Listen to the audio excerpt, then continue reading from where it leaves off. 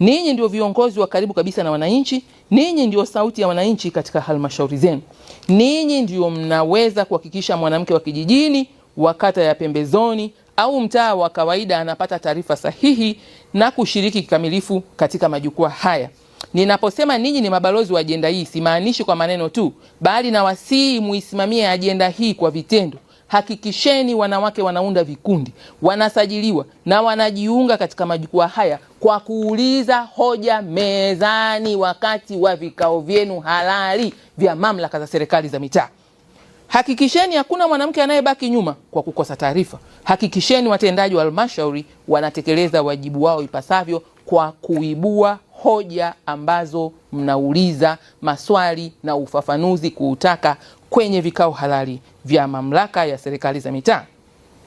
Ndugu washiriki, waheshimiwa madiwani, naomba niweke msisitizo mkubwa wa ajenda ya uwezeshaji wanawake kiuchumi. Isiwe ajenda kwenye makabrasha au kwenye hotuba pekee, ionekane kwenye bajeti, ionekane kwenye mipango ya maendeleo, ijadiliwe kwenye kamati za maendeleo ya kata, kamati za kudumu za halmashauri na kwenye baraza la madiwani.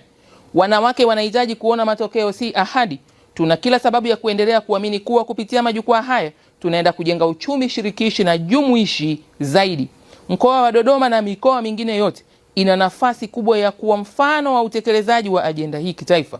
Lakini ili tufike huko, lazima tuimarishe uwajibikaji na usimamizi katika maeneo yetu.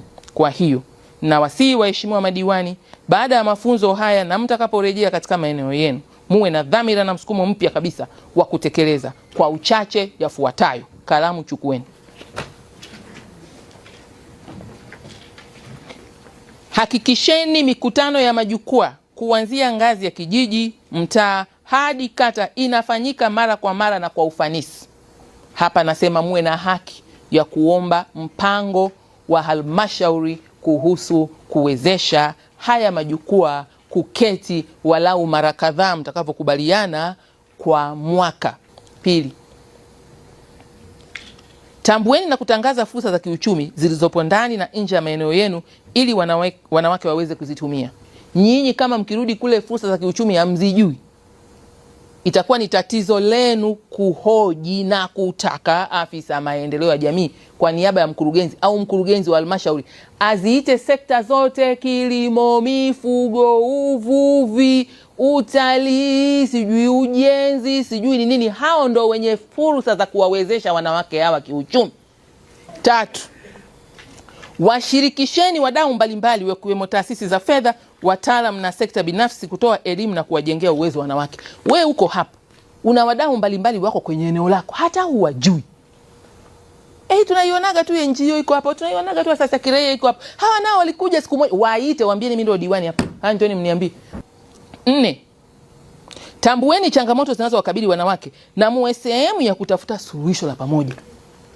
Wewe unaweza kaamua tu kaita wanawake, njoni. Mna changamoto gani? Kila mmoja atasema. Unakuwa na daftari lako wewe mwenyewe la kuorodhesha, huyu ana shida hii, ana shida hii, ana shida hii, unaziangalia. Kati ya hawa 50 hapa wenye shida hii moja wako 10.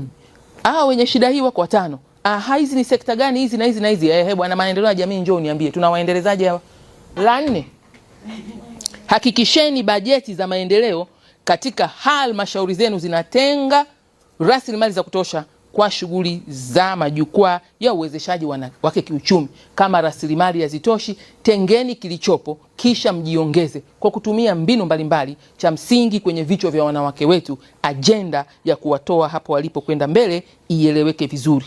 Na la mwisho katika maelekezo haya ambayo ni ya semina, ulizeni maswali kwenye wadisi. Toeni mchango wenu kwenye wadisi na kwenye kamati za kudumu za baraza la madiwani kuhusu mambo haya yanayohusu uwezeshaji wanawake kiuchumi, hususan uundaji wa majukwaa ya uwezeshaji wao kiuchumi. Semeni tunakwenda kutoa hoja, kuuliza, kutoa mchango kwenye vikao vyetu vyote vinavyotuhusu na tupimwe kwa idadi ya hoja tulizowasilisha. Jamhuri ya Muungano wa Tanzania. Mnaweza hamwezi? Mnaweza hamwezi? Wanawake oye!